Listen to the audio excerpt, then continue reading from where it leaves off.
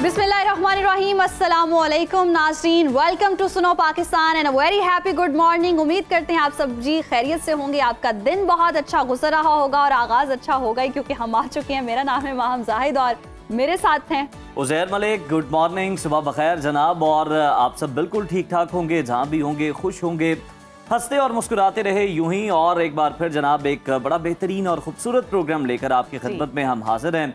आज का शो मालूमात और तफरीह से भरपूर होने वाला है। ताज़ा खबरें शामिल करेंगे, दिलचस्प मौज़ूआत छेड़ेंगे और तज्ज़िये होंगे, तबसरे होंगे, साथ ही इंटरटेनमेंट का तड़का भी लगेगा और इंफरटेनमेंट भी होगा। सेहत के हवाले से बात करेंगे, गो के हर लिहाज से आज का शो बहुत अहम होने वाला है। उम्मीद है कि ये आपको बेहद पसंद आएगा। और जनाब सबसे पहले मौसम की बात कर लेते हैं। और मुल्क भर में हम देख रहे हैं बारिशों का ताकतवर स्पेल जारी है। आज और कल पंजाब और सिंध में शदीद बारिशों की पेश गोई की गई है और मौसम जी पंजाब में भी खुशगवार हो गया है, जिससे सैलाब मुतासरीन की लेकिन मुश्किलात में हम देख रहे हैं कि इजाफा हुआ है। इस पर मुकम्मल तफसीलात आपके साथ शेयर करेंगे और इसके साथ साथ बात करेंगे जी ऑनलाइन जुए की तशहीर का मामला जो है वो शिद्दत इख्तियार कर गया है और इसमें कई नामवर यूट्यूबर्स के खिलाफ शिकंजा सख्त हो चुका है। कौन कौन से यूट्यूबर्स जो हैं वो शिकंजे में आए हैं, क्या इंकशाफात हो रहे हैं, इस पर भी खुसूसी आज के प्रोग्राम में गुफ्तगू करेंगे। सियासत के उतार चढ़ाव पर बात होगी कि मुल्क में सियासी गैर यकीनी को कैसे खत्म किया जा सकता है। इस पर सीनियर सियासतदान हमें ज्वाइन करेंगे। इसके अलावा खेल के मैदान से भी बात होगी कि एशिया का सबसे बड़ा क्रिकेट मेला आज से मुत्तहदा अरब अमारात में शुरू हो रहा है। ग्रीन शर्ट्स कितनी मजबूत हैं और कौमी टीम के तीसरी बार एशिया कप जीतने के कितने चांसेस हैं, इस पर सीनियर स्पोर्ट्स एनालिस्ट का दो टोक तज्जिया होगा। और इसके साथ साथ नाज़रीन प्रोग्राम में बात करेंगे डिजिटल दौर की। और मोबाइल डेटा का तहफ़्फ़ुज़ जो है वो बहुत बड़ा चैलेंज बन गया। आलमी डेटा लीक में पाकिस्तान की नामवर शख्सियात समेत हम देख रहे हैं करोड़ों अफराद का डेटा लीक हो गया। और हैरत की बात यह है कि ये डेटा गूगल पर भी फरोख्त किया जा रहा है। उस पर साइबर सिक्योरिटी एक्सपर्ट से हम खुसूसी गुफ्तगू भी करेंगे, उनसे जानेंगे क्या मामला है। और सेहत पर भी बात करेंगे कि गरमा जो है वो सेहत के लिए कितना मुफीद है और इसके तिब्बी फवाइद क्या हैं। माहिरीन ग़िज़ाइयत इस पर हमें इसके फ़ायदे भी बताएंगे आज के प्रोग्राम में। इसके अलावा प्रोग्राम में एक अनोखे वाक़े का भी जिक्र करेंगे। लाहौर में 6 साल पहले जन्नात ने 2 बच्चों की मां को अगवा कर लिया है। ये क्या है, कैसे पेश आया, इसके असरात क्या हो सकते हैं, इस पर भी तफसील से गुफ्तगू करेंगे और हमारे खास मेहमान इस प्रोग्राम में हमें ज्वाइन करेंगे। साथ ही बात होगी सोशल मीडिया के हवाले से, जो कि आजकल के दौर में आप समझते हैं कि सबसे ताकतवर जरिया बन चुका है। दुनिया भर में हर लम्हा नए ट्रेंड सामने आते हैं और हम देखेंगे कि मगरिब, मिडल ईस्ट और साउथ एशिया में किस मौजू पर सबसे ज्यादा बात हो रही। और नाज़रीन हम हमेशा से कहते हैं अगर इत्तेफाक से कोई प्रोग्राम आपका जो है वो छूट जाता है या सेगमेंट जो मिस हो जाता है तो आपने परेशान नहीं होना। आप सुनो पाकिस्तान के सोशल मीडिया पेजेस पर जा सकते हैं और दोबारा से सेगमेंट देख सकते हैं जितना चाहें और अपने पसंदीदा सेगमेंट के हवाले से हमें फीडबैक भी दे सकते हैं। तो जनाब प्रोग्राम का बाकायदा आगाज़ करते हैं और आपको बताते हैं कि जनाब ये वाक़या पेश आया लाहौर के हवाले से हम आपको बता रहे हैं। और आपको बताएं कि सादुर रहमान उर्फ डकी भाई जो हैं उनको जुडिशल रिमांड मिल गया है NCCIA की जानिब से। उनके जिस्मानी रिमांड की अदालत से इस्तदा की गई थी जुडिशल मजिस्ट्रेट से, लेकिन जुडिशल मजिस्ट्रेट की जानिब से उनका 14 रोज़ा जुडिशल रिमांड दे दिया गया, जिसके बाद अब उन्हें जेल भिजवा दिया गया है। बैटिंग ऐप्स की तशहीर का ये मामला तो जनाब आजकल ये पूरे मुल्क में हॉट टॉपिक बना हुआ है और इसमें मारूफ यूट्यूबर्स और टिकटॉकर्स दिन ब दिन खबरों की जीनत बनते जा रहे हैं। हथकड़ियाँ लगी हुई हैं, अदालतों में पेशियाँ हो रही हैं, नोटिस जारी हो रहे हैं। जी बिल्कुल। और सबसे पहले अगर मामले की बात की जाए तो ये मामला जो है वो 2022 में सामने आया था और एक सर्वे के मुताबिक जी मुल्क की 22% से ज़्यादा आबादी ऑनलाइन जुए में मुलव्वस है, जिसके बाद हम देख रहे हैं कि वफाकी वज़ीर IT शिज़ा फातिमा ने कौमी असम्बली में खिताब भी किया और उन्होंने कहा जी पाकिस्तान में 2022 में 3 करोड़ 40 लाख ऑनलाइन गेमर्स थे और ये तादाद जो है वो बढ़कर इस 4.5 करोड़ तक पहुंच चुकी है, जिसके बाद मुल्क में बड़े पैमाने पर हलचल देखने में आई। और जिसके बाद हमने देखा कि जुए और फॉरेक्स ट्रेडिंग की 46 ऐप्स को गैर कानूनी करार दिया गया और मुतालिका इदारे भी इस हवाले से मुतहरिक नजर आए। इसके बाद इंक्वायरी शुरू हुई, कई यूट्यूबर्स और टिकटॉकर्स रडार पर आए और NCCIA ने ऑनलाइन जुए की तशहीर पर नामवर यूट्यूबर्स और टिकटॉकर्स के खिलाफ घेरा तंग किया। तसल्ली बख्श जवाब ना देने पर सादुर रहमान अल मारूफ डकी भाई को गिरफ्तार किया गया, जबकि मुतादिद नामवर यूट्यूबर्स और इन्फ्लुएंसर्स को तलब भी कर लिया गया। और इसके साथ साथ हम देख रहे हैं कि यूट्यूबर्स और टिकटॉकर्स पर इल्ज़ाम भी है कि वो ऑनलाइन ट्रेडिंग एप्स के जरिए माली फ्रॉड में मुलव्वस हैं और अपनी फॉलोइंग और शोहरत का फ़ायदा उठाते हुए उन्होंने जुए की ऐप्स को पुरकशिश अंदाज में पेश किया, नौजवानों को ऑनलाइन जुए और सरमायाकारी के लिए उकसाया, जिस पर जी सारिफीन के साथ धोखा भी हुआ है और उनकी सरमायाकारी डूब भी गई है। और इन्हीं मुनज़्ज़म मंसूबे के तहत नौजवान जो हैं वो मुआशी नुकसान का शिकार भी बिल्कुल नजर जी। और इसी से मुतालिक मजीद डिस्कशन कर लेते हैं, गुफ्तगू कर लेते हैं। हमें ज्वाइन किया है लाहौर से कोर्ट रिपोर्टर वकास आवान ने और उनके साथ सादुर रहमान उर्फ डकी भाई के वकील एडवोकेट उस्मान मुश्ताक मौजूद हैं। सबसे पहले वकास, आप हमें बताइएगा, आप दोनों मेहमानों को हम खुश आमदीद कहते हैं। वकास, आपसे जानना चाहेंगे कि अदालत में सादुर रहमान उर्फ डकी भाई के मजीद 3 रोज़ा जिस्मानी रिमांड की इस्तदा की गई, मगर अदालत ने 14 रोज़ा जुडिशल रिमांड पर अब उन्हें जेल भेज दिया है। मजीद जिस्मानी रिमांड एक तो उनका क्यों नहीं दिया गया, दोनों जानिब से क्या दलाइल सामने आए हैं और जमानत के हवाले से क्या बताया जा रहा है? बहुत शुक्रिया जी। सबसे पहले सादुर रहमान और डकी भाई की बात करें तो इनका कल 22 दिन का जिस्मानी रिमांड मुकम्मल हुआ था।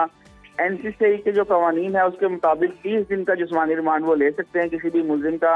तो 22 दिन का जिस्मानी रिमांड इन्हें मुकम्मल हुआ और दोबारा जब अदालत पेश किया गया तो वहाँ पर जो NCCI के तफ्तीशी अफसर थे और साथ जो सरकारी वकील थे उनकी जानिब से मजीद जिस्मानी रिमांड मांगा गया और अदालत से ये कहा गया कि हमने 22 दिन के अंदर डकी भाई से $3,26,000 रिकवर किए हैं और उसके साथ साथ मोबाइल फोन, लैपटॉप और डिवाइसेस और इनके बैंक अकाउंट जो हैं वो हमने सर्च आउट किए हैं। लेकिन अभी इनसे मजीद जो है वो रिकवरी हो सकती है, मजीद इन्वेस्टिगेशन हो सकती है। लेकिन अदालत अगर हमें मौका मजीद फराहम करेगी तो इसमें हम मजीद जो चीजें हैं वो बरामद कर लेंगे, मजीद चीजें बरामद की जाएंगी। अच्छा वकास, ये बताएगा इस केस में अब तक कितने यूट्यूबर्स और टिकटॉकर्स हैं जिन्हें नोटिस जारी किए गए हैं और अब तक कितने यूट्यूबर्स और टिकटॉकर्स पर हम देख रहे हैं कि मुकदमात भी दर्ज हुए हैं? देखिए, इस केस में पाकिस्तान के जितने बड़े बड़े यूट्यूबर्स हैं और फैमिली व्लॉगर्स हैं वो इसकी जद में आ चुके हैं। रजब भट्ट एस्ट्रोलॉजी की चैनल से मशहूर इकरा कंवल, उसके साथ एक टिकटॉकर है नदीम नानी वाला, इन तमाम को जो है वो नोटिस जारी हो चुके हैं। और रजब भट्ट को आज तलब किया गया था लेकिन वो पाकिस्तान में मौजूद नहीं है। इसी तरह इकरा कंवल को भी नोटिस जारी किया गया था लेकिन वो भी पेश नहीं हुई। नदीम नानी वाले को भी तलब किया गया था, वो भी पेश नहीं हुए। और उनकी जानिब से वकला ने जो है वो उनका एक तहरीरी जवाब जो है वो तैयार कर लिया है जो कि NCCI को थमाया जाएगा। अगर NCCI मुतमईन ना हुआ तो फिर दोबारा इनको तलबी के नोटिस जारी ठीक है, दोबारा तलबी के नोटिस जारी किए जा सकते हैं। वकास हमारे साथ ही मौजूद रहेगा, आपसे मजीद भी मालूमात लेंगे। डकी भाई के वकील एडवोकेट उस्मान मुश्ताक साहब हमारे साथ मौजूद हैं। उस्मान साहब, कहिएगा कि एक तो आपके मौक़िल पर बड़े वाज़ेह और साफ इल्ज़ामात हैं, NCCI ये कहता है, आप किस नुक्ते पर, कानूनी नुक्ते पर अपने मौक़िल का दिफा कर रहे हैं और जो आप जमानत की दरख्वास्त दायर करेंगे कितने चांसेस हैं कि सादुर रहमान को जमानत मिल जाएगी जो कि जुडिशल रिमांड पे इस वक्त? जी, इसमें पहले मैं गुजारिश करता हूँ, जो पहले एलिगेशंस अलेज किए गए हैं मेरे क्लाइंट के अगेंस्ट सादुर रहमान एलियस डकी भाई, उन पर FIR में एलिगेशन दो उन्होंने स्पेसिफिक अलेज किए हैं। नंबर 1 कि perhaps he had been promoting through some certain apps, gambling apps through social media accounts. और सेकंडली उसके FIR में ही अगर आप लास्ट लाइन जाकर पढ़ेंगे उसमें उन्होंने लिखा है कि बाइनामो टाइप ऐप उसके ये कंट्री हेड है। अब इसमें नंबर 1 जो बाइनामो की कंट्री हेड के हवाले से जो हम जितने भी रिमांड्स की ये वहाँ पे डेट्स होती रही हैं, हम कोर्ट को ये असिस्ट करते रहे हैं कि कोई भी जितनी भी ये गैम्बलिंग एप्स उन्होंने FIR में मेंशन की है, किसी एक भी ऐप के साथ वो उसकी मैनेजमेंट का हिस्सा नहीं है, उसका उसको कोई शेयर नहीं आता, उससे कोई डायरेक्ट बेनिफिट्स नहीं लेता, उसकी डायरेक्ट या इनडायरेक्ट उसका रिलेशन नहीं है। क्योंकि आप और आपके सामने देखते होंगे पिछले कुछ अरसा से सोशल मीडिया, लेकिन उस्मान साहब तशहीर तो की गई ना, अगर तशहीर की गई तो तशहीर पर तो पाबंदी लगाई गई है, उसके बावजूद अगर इन ऐप्स की तशहीर करना, इन्हें फरोग देना, ये कितना बड़ा जुर्म है? इस पर क्या एक्शन होता है, इस पर क्या सजा होती है? जी, मैं इसी पर आने लगा था, आपने बिल्कुल एग्जैक्टली सही पूछा। देखें, आपके इल्म में है और आपके सामने की यकीनी तौर पर इल्म में होगा कि आज से तकरीबन 10 से 12 दिन पहले या मैक्सिमम 2 वीक्स अगो कोई 46 ऐप्स को एक स्टैंडिंग ऑर्डर के जरिए बैन किया गया है। अब हम लीगल बात कर रहे हैं। लीगली सिचुएशन ये है कि इससे पहले इनमें से कोई भी ऐप को ना तो बैन किया गया था ना ही किसी स्टैट्यूटरी लॉ या किसी स्टैंडिंग ऑर्डर के जरिए इनको इलीगल डिक्लेयर किया गया था, नंबर 1। सेकेंडली, अब सेक्शन उसमें उन्होंने अट्रैक्ट किए सेक्शन 13, 14। सेक्शन जो 13 है that is online forgery and section 14 is online cheating. अब साथ के अगेंस्ट इवन प्रोसिक्यूशन का जो अपना केस है उसमें फोर्जरी का कोई एलिगेशन ही नहीं है, ऑनलाइन चीटिंग है। चीटिंग के लिए this is very clear proposition कि चीटिंग के लिए there must be some adverse party, some certain person किसका साथ कुछ चीट हुआ है, उसके साथ एम्बेसलमेंट हुई है, क्रिमिनल मिसअप्रोप्रिएशन हुई है। तो यहाँ पे तो FIR में भी और ड्यूरिंग इन्वेस्टिगेशन में भी not a single person came before कि जिसने कहा कि साथ ने मेरे साथ चीटिंग की है, मुझे एम्बेसलमेंट की है। लेकिन उस्मान साहब इस तरह सर होता नहीं है। मतलब अगर आप देखें आपकी मिलियंस में अगर आपकी फैन फॉलोइंग है, ठीक है, और आपकी बात लोग सुनते हैं और आपने एक सो कॉल्ड डकी भाई आर्मी भी बना रखी है और आप जो बात करते हैं लोग उस पर मिनवा नमल भी करते हैं, बच्चे हैं, कच्चे ज़हनों के मालिक हैं। अब वो अदालत में आके तो नहीं कहेंगे कि जनाब डकी भाई ने हमें कहा था तो हमने पैसे लगाए हैं तो हमारे पैसे डूब गए हैं। इस तरह से तो सर नहीं होता कभी भी। मैं अर्ज करता हूँ, आप जो बात कर रहे हैं ये एक सोशल मोरालिटीज की बात है। हम बात कर रहे थे लीगल स्ट्रक्चर की, इसकी लीगल इम्पैक्ट की, जो लीगल इसकी स्टेटस है उसकी बात कर रहे हैं। सर लीगली भी NCCIA को मुतमईन नहीं ना कर पाए, इसलिए तो सर फिर 22 दिन बाद जुडिशल हुए जाके। देखिए 22 दिन जुडिशियल होना या रिमांड होना उसका कतन ये मीनिंग नहीं है कि समवन हैड बीन कन्विक्टेड को उसको वो कन्विक्ट हो गया। ये एलिगेशंस है आज भी। सर हम नहीं कह रहे कन्विक्ट हुए, हम कह रहे कि सेटिस्फाई नहीं कर पाए इतने रोज में, जवाब ही पेश नहीं कर पाए। जी सॉरी, हम ये कह रहे हैं कि कन्विक्टेड नहीं हुए सर, आप बिल्कुल ठीक कह रहे हैं, लेकिन सेटिस्फाई नहीं कर पाए NCCIA को अपने जवाबात से। जी NCCI देखिए उनका मैंने पहले जैसे अर्ज किया है कि गैम्बलिंग एप्स को प्रमोट करने के हवाले से हमने ये देखना है कि कौन सा सर्टेन ऑफेंस है। सबसे पहले प्लीज ये चीज को बड़ा जरूरी है समझना कि एक प्रमोशन का इल्जाम है, प्रमोशन के हवाले से तो फिर सर आप बता दें प्रमोशन पर क्या सजा है? ये भी तो एक जुर्म ही है ना, तशहीर करना भी, तशहीर करना भी एक जुर्म ही है। जी मैं अर्ज करता हूँ, उसमें PPC का उन्होंने सेक्शन लगाया 294B, ठीक है, जो साथ उन्होंने के अगर पैसी आप मूवमेंट करते हैं और उसका प्राइस उसका गेयर करते हैं वो 294 उन्होंने ट्रैक किया है और उसकी 6 मंथ उसकी मैक्सिमम इम्प्रिजनमेंट है, that is bailable in nature. हम लीगल एस्पेक्ट की बात कर रहे हैं, जो इसके सोशल इंपैक्ट्स हैं वो अपनी जगह दुरुस्त होंगे कि जो नौजवान नस्ल उनको हमने बेहतर कंटेंट देना होता है, वो अपनी जगह एक बात है। हम लीगल स्ट्रक्चर की बात कर रहे हैं कि इसमें जो ऑफेंसेस लगाए गए हैं वो जो स्टोरी ऑफ FIR है वो अट्रैक्ट नहीं करते और ये लीगली ये FIR जस्टिफाइड नहीं है। और पीका एक्ट जो है specifically I am talking about the prevention of electronic crime act section 13, 14, 25 and 26, ये 25 स्पैमिंग एंड 26 स्पूफिंग है। और स्पूफिंग और ये तमाम जो ऑफेंसेस के लिए बड़ा जरूरी है। साहब आप लीगल होने की बात कर रहे हैं, लेकिन इन जिन एप्स को प्रमोट किया गया इन्हें गैर कानूनी जब पहले ही करार दे दिया गया था, उसके बावजूद इनकी प्रमोशन करना और ये इतने बड़े प्लेटफॉर्म पर इतने फॉलोअर्स होने के बावजूद, इतना असर और रसूख रखने के बावजूद, इस बात का नॉलेज ना होना कि ये एप्स गैर कानूनी करार दी गई हैं, उसके बावजूद इनकी तशहीर करना, ये लीगली एक्ट में तो आता है। फिर यही मैं आपसे अर्ज कर रहा हूँ कि ये जो एप्स को बैन किया गया, इलीगल किया गया, ये FIR जो ये अभी लॉन्च हुई है 7 के अगेंस्ट, इससे तकरीबन अब वीक बाद उसको ना इसको प्रॉपर नोटिफिकेशन के जरिए मैम बैन किया गया है। इससे पहले गवर्नमेंट पाकिस्तान में इनमें से किसी भी ऐप को इलीगल या बैन नहीं था किया गया। सो मच सो अगर ऐसा था तो ये तो गवर्नमेंट सुपरविजन में क्रिकेट मैचेस में आज भी तमाम मीडिया पे, सोशल मीडिया पे वो स्पॉन्सर्ड जो हमारी क्रिकेट टीम है, शायद वो कराची किंग्स बिलीव सो, उनकी टी-शर्ट्स पे 1xBet के स्टिकर्स और इम्प्रिंटिंग आज भी मौजूद है। अगर पाकिस्तान में बैन किया गया था तो साद इज अ कॉमन मैन, वो जो PSL के मैचेस जो PTV पे ब्रॉडकास्ट होते रहे हैं, बाकी चीजों में ब्रॉडकास्ट होते रहे हैं, और इस तरह और बहुत से उस्मान साहब सर कता कलामी की माजरत, थोड़ा सा फर्क ये है कि अगर चले वो टी-शर्ट पे है तो चले वो भी गलत है अगर वो लोगों के जरिए तशहीर कर रहे हैं, लेकिन ये ज्यादा गलत है कि आप बाकायदा आके अपने फॉलोअर्स को ये कहें कि जनाब मेरी अंधी तकलीद करते हुए आप इस ऐप को प्रमोट करें, इस ऐप के ऊपर जाएं और जो भी है वो लवाजमात आप इस ऐप के पूरे करें। सर ये बात तो गलत है। यानी आप कह रहे हैं कि 6 माह वाली जो सजा है जिस दफा के तहत वो तो बनती है लेकिन दूसरी नहीं बनती। खैर आपका सर मौक़िफ़ आ गया, आपका हक है, अब आप दिफा कर सकते हैं अपने मौक़िल का। हमारे नुमाइंदे उस्मान वकास हमारे साथ मौजूद है। वकास, आप बताइएगा इस मामले में। सर बहुत शुक्रिया आपका उस्मान साहब। वकास, आपसे अब हम ये जानना चाहेंगे कि हमें ये बताएं कि NCCIA का क्या मौक़िफ़ है इस हवाले से। आपने उस्मान साहब की गुफ्तगू भी सुनी। दूसरा, हमने देखा था कि पहले भी जो दूसरे दीगर यूट्यूबर्स हैं, टिकटॉकर्स हैं, उनको नोटिस जारी किए गए थे और आज फिर तलबी है। तो क्या इम्कानात है, क्या आज ये यूट्यूबर्स जो हैं जिनको तलब किया गया ये पेश होंगे?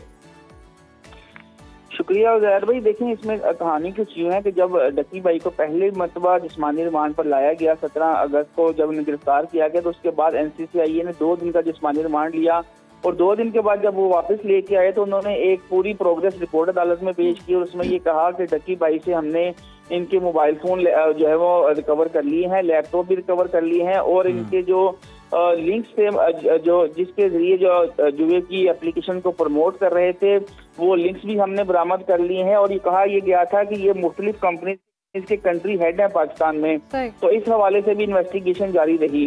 तो 22 दिन के जिस्मानी रिमांड में डकी भाई से बहुत सी चीजें NCCIA ने रिकवर की हैं और उसमें वो रकम भी शामिल है जो कि NCCIA के मुताबिक इन्हें उन जुए की एप्लीकेशन को प्रमोट करने के उसमें मिली है।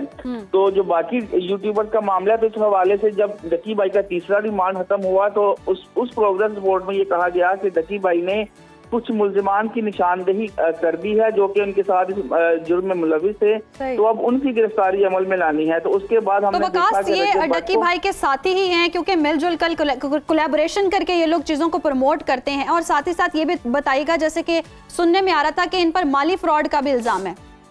बिल्कुल, इस हवाले से जो आखिरी जो जिस्मानी रिमांड की एप्लीकेशन आई थी उसमें जो तफ्तीशी अफसर थे उसने ये बताया कि हम डकी भाई के खिलाफ जो है वो एंटी मनी लॉन्ड्रिंग कवानीन के तहत भी कार्रवाई कर रहे हैं और हमें कुछ शवाहिद ऐसे मिले हैं कि ये मनी लॉन्ड्रिंग में भी शायद मुलविस रहे हैं। तो अभी हमें इसकी मजीद इन्वेस्टिगेशन की जरूरत है। तो जब ये सारी चीजें सामने आई तो फिर हमने देखा कि जो दीगर यूट्यूबर्स हैं उनको नोटिस जारी किए गए। अच्छा वकास, जरा हमें ये भी क्लियर कर दीजिएगा, आप बड़े बेहतरीन अंदाज में अदालती मामलात को कवर करते हैं। इस वक्त रजब भट्ट जो है उनको भी नोटिस है लेकिन वो बाहर है, इकरा कंवल जो है वो पाकिस्तान में, दीगर जो हैं कुछ लोग उनमें से पाकिस्तान में मौजूद हैं, नदीम नानीवाला गालिबन बाहर हैं। ये बताइएगा कि अगर ये NCCIA के सामने पेश नहीं होते तो यानी कि NCCIA ने जो नोटिफिकेशन दिया था, जो तलबी का समन दिया था, उसमें ये मेंशन किया था कि अगर ये पेश नहीं होते तो फिर हम यही समझेंगे कि इनके पास अपने दिफा में कहने के लिए कुछ भी नहीं है। तो क्या फिर वकील के जरिए जो है जवाब दिया जाएगा वो NCCIA के लिए काबिल कबूल होगा या फिर उस समन के जरिए इनकी तलबी लाजमी है? देखिए, वो जो नोटिस दिया गया है उसमें तो इन सबको जो है वो जाती हैसियत में तलब किया गया है। अब आपने दुरुस्त फरमाया कि रजब भट्ट पाकिस्तान में मौजूद नहीं है। इकरा कंवल उन्हें अपना तहरीरी जवाब NCCIA में जमा करवाया है जिसमें उन्होंने कहा है कि वो उनकी अभी तबीयत नासाज है, उन्हें तकरीबन 2 माह का वक्त चाहिए, 2 माह के बाद जो है वो NCCIA में पेश हो सकती हैं। इसमें जो तीसरे टिकटॉकर है नदीम नानीवाला, वो पाकिस्तान आ चुके हैं। इत्तलात के मुताबिक उनका नाम जो है वो PNI लिस्ट यानी कि पासपोर्ट कंट्रोल लिस्ट में डाल दिया गया है। उनको भी तलबी के नोटिस जारी किए गए हैं इन सब की जानिब से। अच्छा वकास, रजब भट्ट के हवाले से भी कहा जा रहा था इंटरपोल के जरिए शायद कनेक्ट किया जाएगा और किस तरह से उनको भी यहाँ पर लाया जाएगा। बिल्कुल ऐसा ही है, लेकिन अभी ये इंक्वायरी स्टेज पे है मामला, अभी ये इनिशियल स्टेज पे है। अभी उनको पहला या दूसरा तलबी का नोटिस हुआ है। तो जब NCCIA को लगेगा कि रजब भट्ट जो है वो एस्केप कर रहे हैं या ताउन नहीं कर रहे या वो बिल्कुल ही अवॉइड कर रहे हैं इंक्वायरी को, तो फिर वो जो है इंटरपोल वाला मामला भी ठीक है। यानी वकास, ये तो अभी इब्तदाई कार्रवाई है जिसमें समन किया गया और देखना ये कि NCCIA के सामने कौन है, क्योंकि NCCIA ने तो ज़ाती हैसियत में इन यूट्यूबर्स को और टिकटॉकर्स को जो है वो तलब किया गया है और इनके खिलाफ जो है एलिगेशंस भी हैं, तहकीकात करना मकसूद है NCCIA को। अब देखना ये कि कब ये पेश होते हैं। बहुत शुक्रिया वकास साहब। यही लग रही है कि ये जवाब पेश नहीं कर सके हैं जिसकी वजह से जी शिकंजा सख्त हो रहा है और दीगर अभी यूट्यूबर्स भी आएंगे और उनके गिर्द भी शिकंजा सख्त होगा। और रजब भट्ट के हवाले से भी कहा जा रहा था कि इंटरपोल के जरिए उनसे कनेक्ट किया जाएगा और फिर मालूमात ली जाएगी, कानूनी कार्रवाई जी होगी, लीगली इस पर एक्शन भी लिया जाएगा क्योंकि गैर कानूनी तौर पर जुए की तशहीर करना ये गैर कानूनी काम है। और हम देख रहे हैं कि मुआशरा भी इससे नो डाउट बहुत ज्यादा खराब हो रहा है। नौजवान नस्ल जो है वो अपने पैसे इन्वेस्ट करती है और बाद में नुकसान उठाती है। कितने लोगों की सरमायाकारी जो है वो डूब चुकी है सिर्फ इस तशहीर की खातिर, इन बेटिंग एप्स की खातिर। और देखें ना, बहुत सारे लोग जो हैं इस तरह से पैसा नहीं लगा देते। मैम आप देखते हैं कि जनाब कोई बड़ी सेलिब्रिटी जो है, जो क्रेडिबल जो शख्सियत है, वो अगर लगाए इस तरह से आपको बात करे या जिनकी फैन फॉलोइंग है, जिस तरह से ये यूट्यूबर्स है, लोग इनको कितना एडमायर करते थे, इनसे इंस्पायर होते थे, और जब ये कहते थे तो लोग फिर बिना देखे लगा दिया करते थे। और हैरानकुन बात ये कि इनको प्रमोट करने के भी पैसे मिलते हैं, ये आप लोगों को समझ होनी चाहिए। परसेंटेज उनको जारी होती है और आप नुकसान उठा बैठते हैं। खैर फिलहाल प्रोग्राम में यहाँ वक्त हुआ है ब्रेक का। ब्रेक के बाद दीगर मौज़ूआत पर भी बात करेंगे। हमें दीजिए इजाजत, यहाँ पर हाजिर होंगे ब्रेक के बाद। देखते रहिए सुना पाकिस्तान। वेलकम बैक नाज़रीन। प्रोग्राम में आगे बढ़ेंगे और बात करेंगे जी खेल के मैदान से। तो इंतजार की घड़ियां जो हैं वो खत्म हो चुकी हैं। आज से एशिया का सबसे बड़ा क्रिकेट मेला शुरू होने जा रहा है और भारत की मेजबानी में एशिया कप के तमाम मैचेस जो हैं मुत्तहदा अरब अमारात में खेले जाएंगे। मेगा इवेंट में 8 टीमें शिरकत करेंगी, जिन्हें 2 ग्रुप्स में तकसीम किया गया है। भारत इवेंट में टाइटल का दिफा करेगा और ये टूर्नामेंट जो है वो T20 फॉर्मेट पे खेला जाएगा। बिल्कुल जी, एशिया कप के ग्रुप ए में पाकिस्तान, भारत, ओमान और मुत्तहदा अरब अमारात शामिल हैं, जबकि ग्रुप बी में श्रीलंका, बांग्लादेश, अफगानिस्तान और हांगकांग की टीमें शामिल हैं। इवेंट का पहला मैच आज अफगानिस्तान और हांगकांग के दरमियान खेला जाएगा। कौमी टीम अपना पहला मैच ओमान के खिलाफ 12 सितंबर को खेलेगी, जबकि दुनिया का सबसे बड़ा high voltage टाकरा Pak Bharat match 14 सितंबर को खेला जाएगा। और हम तो बहुत एक्साइटेड हैं उसके लिए भी और एशिया कप के लिए भी। और आई होप कि इंशाल्लाह पाकिस्तान जीते। और अगर हम एशिया कप की तारीख पर नजर दौड़ाएं तो एशिया कप का ये साल ही फतूहात का है। देखिए मई की जो मई वॉर की फतह की याद है ना, वो हमें टीम ने भी दिलवानी है। हमारी उम्मीदें हैं, इंशाल्लाह हमारी उम्मीदें हैं और हम फतह समेट कर ही आएंगे। और अगर हम इस इवेंट की, मैं उज़ैर कह रही थी कि बात कर लें, तो ये इवेंट जो है वो पहली बार 1984 में खेला गया था, जिसके फाइनल में भारत ने श्रीलंका को 54 रन से शिकस्त दी थी। और अब तक एशिया क्रिकेट कप जो है वो 16 बार खेला जा चुका है, जिसमें भारत ने 8 और श्रीलंका ने जी 6, और जबकि पाकिस्तान 2 बार टाइटल जीतने में कामयाब रहा है और इस बार भी इंशाल्लाह जीतेगा। तो कौमी टीम ने जी पहली बार एशिया कप जो है वो सन 2000 में जीता था, जबकि दूसरी बार 2012 में पाकिस्तान ने इस टाइटल को अपने नाम किया था। बिल्कुल जी, इसी पर डिस्कशन कर लेते हैं। Senior sports analyst Syed Yahya Hussaini साहब आप सबके और हमारे फेवरेट हमारे साथ मौजूद हैं। याह्या साहब, बहुत शुक्रिया आपके वक्त का। सर, एशिया कप का एडिशन जो है 17वां एडिशन आज से शुरू हो रहा है। एशिया की 8 बेहतरीन टीमें जो कि इवेंट में शिरकत कर रही है, आपकी फेवरेट टीम सर कौन सी है और कौन सी टीम आपको मजबूत दिखाई दे रही है? सबसे पहले तो उज़ैर और महाम आपको अस्सलाम वालेकुम। और एक तस्दीक करना चाहूँगा, आपने कहा कि 17वां इवेंट है, जिस तरह महाम ने कहा कि 84 में इसका आगाज़ हुआ था। बिल्कुल 84 में आगाज़ हुआ था, लेकिन वो 50 ओवर का टूर्नामेंट था, ये 20 ओवर का टूर्नामेंट है, जिस तरह महाम ने अपने इंट्रो में बताया। तो ये 20 ओवर का टूर्नामेंट है और इस टूर्नामेंट में जिस तरह आपने बताया कि 8 टीमें पार्टिसिपेट कर रही हैं, 2 ग्रुप्स हैं, 2 टॉप टीमें जो हैं वो सुपर 4 मरहले में आएंगी और 28 तारीख को इस टूर्नामेंट का फाइनल खेला जाएगा। और आपका जो सवाल है कि इस टूर्नामेंट की फेवरेट टीम कौन सी है, तो बीइंग अ पाकिस्तानी दिल और दिमाग सिर्फ एक ही जवाब देगा और वो है पाकिस्तान। अच्छा याह्या साहब, कौमी टीम नौजवान प्लेयर्स पर मुश्तमिल है। बाकी हरीफों के मुकाबले में चले बता दें कि ग्रीन शर्ट्स कितनी स्ट्रांग है। यूं हम देख लेते हैं कि फेवरेट तो ऑब्वियसली पाकिस्तानी टीम ही है, लेकिन स्ट्रांग कौन सी टीम है? देखिए, अगर आप इंटरनेशनल तनाजुर में बात करें और टीमों की स्टैंडिंग को देखते हुए बात करें, तो इंडिया की टीम जो कि ICC T20 world cup last year Barbados में जनूबी अफ्रीका को शिकस्त देने के बाद जीती, सूर्या कुमार यादव की क़यादत में वो डेफिनेटली इस टूर्नामेंट की एक बड़ी टीम है और इंटरनेशनल क्रिकेट काउंसिल की आलमी दर्जा बंदी में भी वो टॉप रैंक में शामिल है।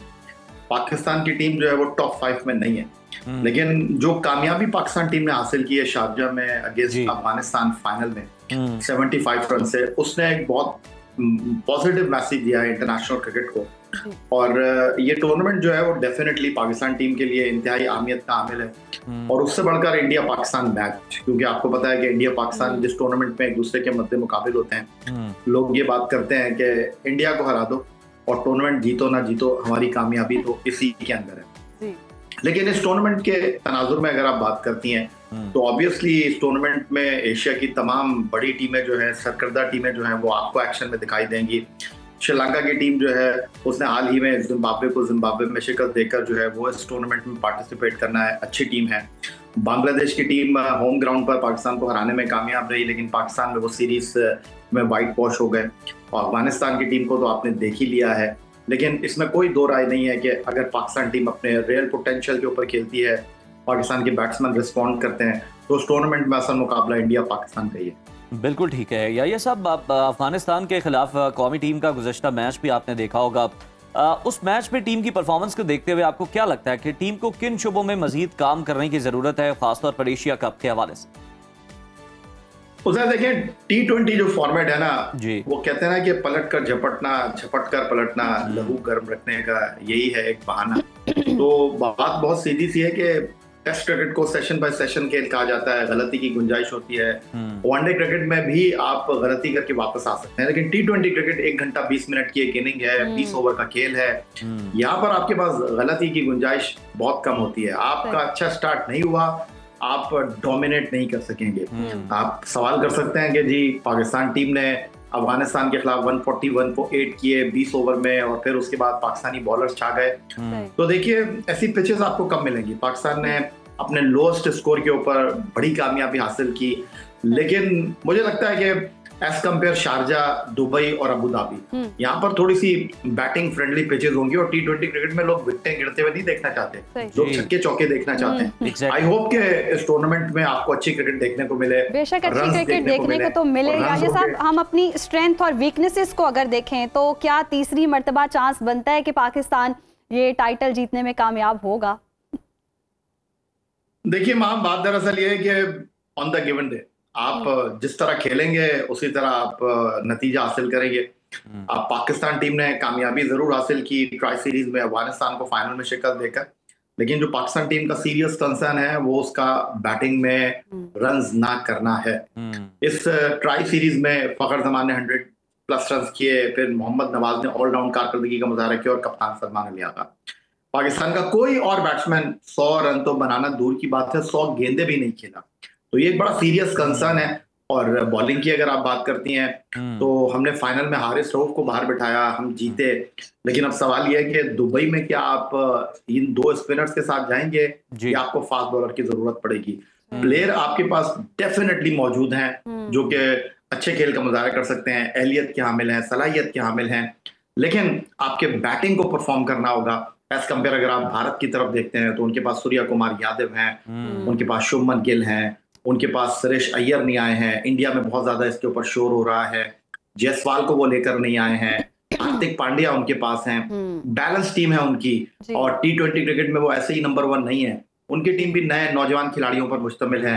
उनके पास कोहली नहीं है, उनके पास शर्मा नहीं है, उनके पास ये सब जरा इस पर भी सर आपका कमेंट हम चाहेंगे कि कौमी टीम में हम देख रहे हैं कि खिलाड़ियों के दरमियान तनाज़ात की खबरें जो है वो भी आ रही हैं, रुकी नहीं है। हमें लगा था कि शायद कुछ को अलग कर दिया जाएगा तो ये सिलसिला कहीं रुक जाएगा। इसमें कितनी हकीकत है, और अगर है तो फिर तनाज़ात की वजह क्या है इस पर? उज़ैर, किन तनाज़ात की बात कर रहे हैं सर? कुछ खिलाड़ियों के दरमियान तनाज़ात की खबरें जो हैं वो गर्दिश कर रही हैं, कंफर्म कीजिएगा क्या ये सच है, ऐसी बात है? किसके दरमियान तनाज़े की बात कर रहे हैं सर? कुछ खिलाड़ियों के दरमियान इस तरह की खबरें आ रही हैं, मुख्तलिफ जगहों पर रिपोर्ट भी हो रही हैं। नहीं, किस टीम में तनाज़े की बात हम देखते हैं कि कप्तान और दीगर प्लेयर्स के दरमियान हम देख रहे हैं कि तनाज़ात हैं, या फिर सिलेक्शन के हवाले से भी कुछ ऊंच नीच हो जाती है, फिर कोई फेवरेट प्लेयर भी होता है। इस तरह की भी हम सियासत सुनने को मिल रही थी पिछले दिनों। तो ऐसे कोई चांसेस हैं या ऐसे कोई असरात हैं टीम में? नहीं, मैंने तो नहीं सुना कि पाकिस्तान टीम में कोई तनाज़ा है, पाकिस्तान टीम में कोई दरार है, पाकिस्तान टीम में कोई चपखलिश है, पाकिस्तान टीम में कोई बाहमी रिफ्ट है। मुझे नहीं पता कि आपने कहाँ ये सुना है। ये तो फिर जबरदस्त हो गया जी, आपने तस्दीक कर दी है और हम भी आपसे यही वेरीफाई करना चाह रहे थे, क्योंकि कामरान अकमल का जो कमेंट है शायद वो आपकी नज़र से भी गुजरा होगा। उन्होंने कुछ दिन पहले इस हवाले से बात की थी तो फिर इसको बड़ी हवा मिली थी। नहीं, जैसे chairman cricket board Syed Mohsin Raza Naqvi आए हैं जी, और पाकिस्तान टीम की अगर आप बात करते हैं तो मेरा नहीं ख्याल कि पाकिस्तान टीम में इस तरह की कोई बात हुई है। और आप जिनका नाम ले रहे हैं इंतहाई जिम्मेदार क्रिकेटर हैं और जब बोलते हैं तो बहुत समझ सोच कर बोलते हैं। मुझे नहीं लगता कि, मैं सिर्फ यही कहूंगा कि कोई आपको गलत फहमी है या आपने कोई पुराना उनका बयान देख लिया होगा। पाकिस्तान टीम में जो कि इस वक्त सलमान अली आगा की क़यादत में खेल रही है, ऐसी कोई चीज नहीं है, हारमोनी है। चले मोहसिन नकवी के आने से याया साहब आप ये कह रहे हैं कि ये फायदा दुआ तनाज़ात खत्म हो गए, लेकिन परफॉर्मेंस पर बड़े संजीदा सवालात हाल मौजूद हैं। बहुत शुक्रिया सर आपके वक्त का, आप अपना तज़किया दे रहे थे और यकीनन हम सब बहुत ज्यादा एक्साइटेड हैं और आज भी हम वही वाली फीलिंग्स हैं कि जनाब 14 सितंबर को भारत को आपने हराना है। बाकी जनाब एशिया कप की हमें कोई परवाह नहीं है। नहीं, लेकिन हमें परवाह जीतना चाहते हैं जनाब, हम तीसरी बार भी जनाब कप उठाना चाहते हैं। लेकिन हम कहते हैं कि भारत को हरा कर ही फिर हम जनाब ये भारत को हरा कर जीतना तो बहुत ही जबरदस्त हो जाएगा, क्योंकि वो फाइनल्स ऑफ फाइनल ही होता है, हमेशा से हम कहते हैं। और जैसे याया साहब भी कह रहे थे कि हाँ, हमारे जो फ्लॉज हैं वो यही है कि रन्स ना करना। तो आई होप बैटिंग में बड़े मसाइल हैं, ये बैटिंग के मसले हल हो जाएं और फिर पाकिस्तान जीते और फिर ये टाइटल जो है जनाब ये वो पिच पे बैटिंग है, ये वो वाली बैटिंग नहीं है जिसमें एनसीसी आई है पकड़ता। यस, लेकिन यस हमें उम्मीद तो है ना। हाँ। लेकिन हम ये इस बार हम ये नहीं कहना चाहते तुम जीतो या हारो, हमें तुमसे प्यार है, आपने जीत के आना है। हाँ बिल्कुल जी, और कोई गुंजाइश नहीं है। आप अपनी तैयारी करें, बंदोबस्त करें। हम एक छोटी सी ब्रेक के बाद वापस आते हैं। Stay with us. Welcome back नाज़रीन। प्रोग्राम में आगे बढ़ेंगे और जैसे कि हम देख भी रहे हैं कि मई में भारत को इबरतनाक शिकस्त देने के बाद पाकिस्तान जो है वो खित्ते में अहम खिलाड़ी बनकर सामने आया है और दुनिया भर की नजरें इस वक्त पाकिस्तान पर हैं। और पाकिस्तान और अमेरिका के दरमियान हम देख रहे हैं कि ताल्लुकात गर्मजोशी से आगे बढ़ रहे हैं और गुज़श्ता रोज पाकिस्तान में अमरीकी सरमायाकारी का तारीखी संगे मील देखने में आया है। अमरीका की 2 कंपनीज के साथ सोना, तांबा और दीगर नायाब मादनियात निकालने से मुतालिक मुफाहमत की याददाश्तों पर दस्तखत हो चुके हैं। अमरीकी कंपनीज ने पाकिस्तान में कानकनी और इंफ्रास्ट्रक्चर में भी सरमायाकारी में दिलचस्पी का इजहार किया और इसके साथ साथ मुआहिदे के पहले मरहले में मादनियात के अहम शोबे में तकरीबन $50 करोड़ की सरमायाकारी की जाएगी। दूसरी जानिब तहरीक इंसाफ ने एक बार फिर एहतजाज की तैयारियां शुरू कर दी हैं। अली अमीन गंडापुर ने इसी माह पेशावर में तारीखी जलसा करने का ऐलान कर दिया है। पीटीआई के मौलाना फजलुर रहमान के साथ राब्ते भी दोबारा बहाल हो गए हैं। मौलाना ये कहते हैं कि पीटीआई से इत्तेहाद के इम्कान को भी रद्द नहीं किया जा सकता। इस मुल्क को हाइब्रिड निज़ाम से निजात दिलाकर आगे बढ़ने का रास्ता निकालेंगे। इसी पर बात कर लेते हैं। किया है सीनियर सियासतदान और मुस्लिम लीग ज़िया के सरबराह एजाजुल हक साहब ने। बहुत शुक्रिया एजाज साहब आपके वक्त का। सर, पाकिस्तान और अमरीका के ताल्लुकात में गर्मजोशी देखने में आ रही है और अमरीका की 2 कंपनियों ने पाकिस्तान में $50 करोड़ की सरमायाकारी का ऐलान भी कर दिया है। कितनी अहम और बड़ी पेशरफ्त है और मुल्क की मईशत के लिए कितनी मौसर साबित होगी आने वाले दिनों? देखिए, ये तो अमेरिका के साथ तो ये ताल्लुकात 10 मई के बाद बहुत खूबसूरती के साथ आगे बढ़ने शुरू हो गए हैं और खुसूसी तौर पर ये मुनफरिद जो मुकाम दिया उन्होंने फील्ड मार्शल आसिम मुनीर को, ट्रंप ने बुलाया किसी भी चीफ ऑफ आर्मी स्टाफ को किसी भी मुल्क के और उनके साथ बैठकर तकरीबन 2 घंटे खाना भी खाया और खित्ते के बारे में अहम गुफ्तगू भी की, जिसमें ख़ास तौर पर ईरान और इसराइल का मसला एक डिस्कस हुआ और उस पर इनकी जो तजवीज़ थी वो आगे चलकर उन्होंने इम्प्लीमेंट भी की। तो तब से लेकर अब तक मेरे ख्याल में कि पाकिस्तान अमेरिका के मज़ीद करीब आ रहा है और हिंदुस्तान जो है, जो अमेरिका की गोद में बैठा हुआ था और एक उनका स्ट्रेटेजिक पार्टनर बना हुआ था, उसमें दूरियां आती जा रही हैं और इसीलिए अब जो है ना हिंदुस्तान को मुसीबत पड़ी हुई है कि कभी रूस के करीब जाने की कोशिश करते हैं, कभी चाइना के, लेकिन दोनों तरफ से उनको वो पजीराई नहीं मिल रही। यकीनन एजाज़ा पाकिस्तान के ताल्लुकात तो बहुत बेहतर हो रहे हैं और पाकिस्तान ने अमेरिका, चीन और रूस के दरमियान भी मिसाली तवाज़ुन कायम किया है। तो ईरान, अफगानिस्तान और बांग्लादेश के साथ ताल्लुकात में भी बेहतरी आई है। पाकिस्तान इससे कितना और कैसे फ़ायदा उठा सकता है, आपको क्या लगता है? देखिए, सबसे पहले तो ये है कि मुल्क के अंदर एक स्टेबिलिटी होनी चाहिए, पॉलिटिकल स्टेबिलिटी होनी चाहिए और दूसरा कुछ अहम फैसले ऐसे हैं जो कि करने पड़ेंगे, ख़ास तौर पर दहशतगर्दी के खिलाफ जो है वो सख्त इक़दाम करने पड़ेंगे जिसमें कि कंसेंसस इवॉल्व करें और पूरे मुल्क को साथ लेकर चलें। कौम फौज के पीछे खड़ी हो तो फिर मैं समझता हूँ कि ये मामला जो है वो दुरुस्ती की तरफ जाएंगे। अगर हमने ये दहशतगर्दी को काबू नहीं पाया तो जितनी मर्जी सरमायाकारी वो कमिट कर लें, उनके लिए काम करना यहाँ मुश्किल होगा, फॉरेनर्स के लिए यहाँ रहना मुश्किल होगा। तो ये चीज़ें बड़ी ज़रूरी हैं जो हमें करनी चाहिए। बिल्कुल, ऐसा साजगार माहौल भी हमें जो है फराहम करना होगा। एजाज साहब, एक तरफ सरमायाकारी के लिए मुआहदे हो रहे हैं तो दूसरी जानिब तहरीक इंसाफ ने एक बार फिर से एहतजाज की तैयारी शुरू कर दी है और बानी पीटीआई की रिहाई के लिए रवा माह केपी में तारीखी जलसा करने का ऐलान किया पेशावर के अंदर। क्या जलसों से रिहाई मुमकिन हो पाएगी? देखिए, रिहाई की बात तो मुमकिन नहीं है, वो तो बातचीत से होगी, जलसों से नहीं होगी। केपीके के अंदर जलसा करना कोई बड़ी बात नहीं, उनकी हुकूमत वहाँ है, उनके वसाइल वहाँ है, उनके मतलब सरकारी मुलाजम वहाँ है उन पर पाबंदी लगाकर वहाँ जलसा करना, और बड़ा जलसा होगा उनका।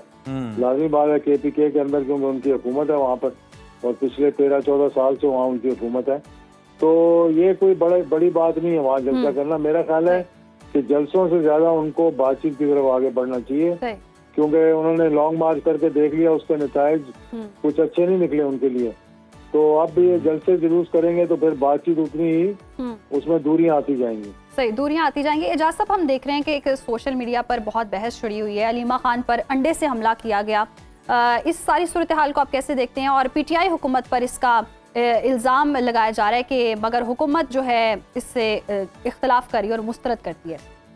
देखिए, ये वो अच्छी रवायत नहीं है सियासत के अंदर, चाहे अपने लोगों से करवाया गया हो या दूसरों ने आगे किया हो, किसी ने तो ये शरारत की है ना, लेकिन इसके कोई अच्छे तासुरात नहीं जाते। फिर वो एक दूसरे पे कीचड़ उछालना शुरू कर देंगे तो मसाइल जो है वो फिर मजीद सियासी, पहले ही इतनी आपस में तलखियां फिर मजीद बढ़ती जाएंगी। बिल्कुल ठीक है सर, बहुत शुक्रिया। एजाजुल हक साहब हमारे साथ मौजूद थे, एनालिसिस वो दे रहे थे, और बिल्कुल ये बहुत ही घटिया हरकत है जो कि की गई है, जिसकी भी जानिब से चाहे की गई है। इस तरह की जो अमल है उसको कहीं पर भी अप्रिशिएट नहीं किया जाना चाहिए, उसको कंडेम ही किया जाना चाहिए। लेकिन कल जो सहाफ़ी के साथ मामला पेश आया डयाला जेल के बाहर, जिस तरह से उस पर तशद्दुद किया गया, बहिमाना पार्टी के कारकुनान की जानिब से तशद्दुद किया गया, और जो इल्ज़ाम सहाफ़ी पर आयद किया गया, सहाफ़ी ने उसकी तरदीद की। उसने कहा कि मैंने ऐसी कोई बात नहीं की, मैं तो ज़मीन पे बैठा हुआ था, मैं ये बात भला इतने लोगों की मौजूदगी में कैसे कर सकता। और जिस तरह ये अंडा फेंकने वाला भी केस है, हम देखते हैं कि सियासत में कहीं ना कहीं लोग इसको जस्टिफाई करते हैं कि जी सियासत में इस तरह के मामलात होते हैं, लेकिन वो खातून है और इस तरह का अमल बहुत ही शर्मनाक है। इस तरह के वाकयात नहीं होने चाहिए, और अगर PTI इल्जामात लगा भी रही है तो कोई ना कोई सबूत भी होना चाहिए इल्जाम लगाने से पहले। किसी भी माशरे में, किसी भी कल्चर में, हमारे यहाँ तो बिल्कुल ही आपको पता है कि खवातीन के हवाले से कितना एहतराम का मामला है, कहीं पर भी ये काबिल कबूल नहीं है अमर। और हम उम्मीद करते हैं कि आइंदा इस तरह के वाकयात फीमेल तो क्या किसी मेल के साथ भी पेश ना है। हेडलाइंस ब्रेक पर हमें जाना है, आप हेडलाइंस को लाइजा करें, हम दोबारा आपसे मुलाकात के लिए हाजिर होंगे। देखते रहिए Suno Pakistan. Welcome back after the break. नाजरीन, हेडलाइंस आप जान चुके होंगे और आपके ज़हन में ये सवाल भी कहीं ना कहीं पनप रहा होगा कि आज तो जनाब शायद हम भूल गए हैं, हमने मुल्क भर में मौसम की सूरत हाल से मुतालिक आपको आगाह नहीं किया। तो ऐसा नहीं है, तरतीब जरा थोड़ी सी आगे पीछे हुई है। हम जाइए और बताइए कि मौसम का हाल, मौसम कैसा रहने वाला है। आइए चलते हैं मौसम का हाल देखते हैं।